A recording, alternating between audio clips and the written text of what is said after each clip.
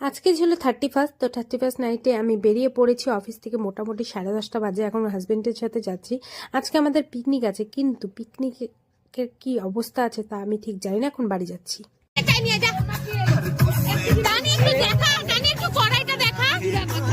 এই যে আমাদের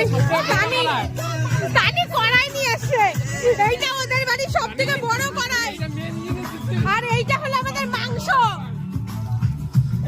ওইখানে ওই কড়াইটাতে আমরা রান্না করবো। ওই যা চাই নিয়ে মামের বাড়ি থেকে।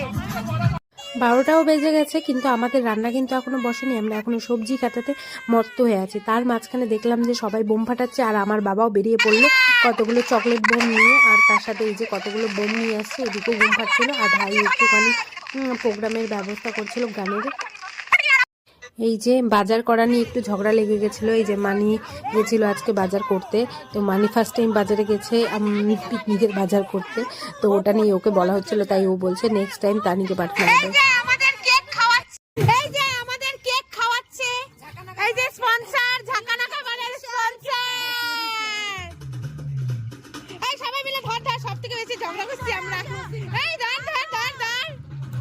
ভিডিও কর, তুই তো কোনো কাজে না।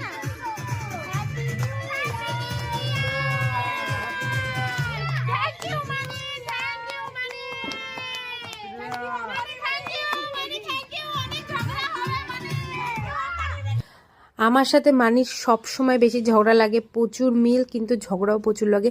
তো সবার ফার্স্টে বেচারা আমাকেই কেক খাওয়ালো, সেটা নিয়ে একটু হাসাহাসি করছিলাম। আর তারপরে সবাইকে একে একে কেক খাইয়ে নিল। আর আমাদের পিকনিক বা কোনো কিছু তো আমরা কেক তো কাটবই। তো তারপরে এই যে স্পেশাল কেকটাও কেটেছিলাম, যেটা আমি বানাইনি। তো এটা তারপরে এই যে মাংস রান্নার জন্য বসে পড়েছে, মাংস একদম কষানো চলছে। তার মাঝখানে আমি একটু নাচও করে নিলাম, আর সবাই মিলে নাচ করছিলাম। বাইরে রাস্তায় পিকনিক হচ্ছিল, খুব মজাও লাগছিল।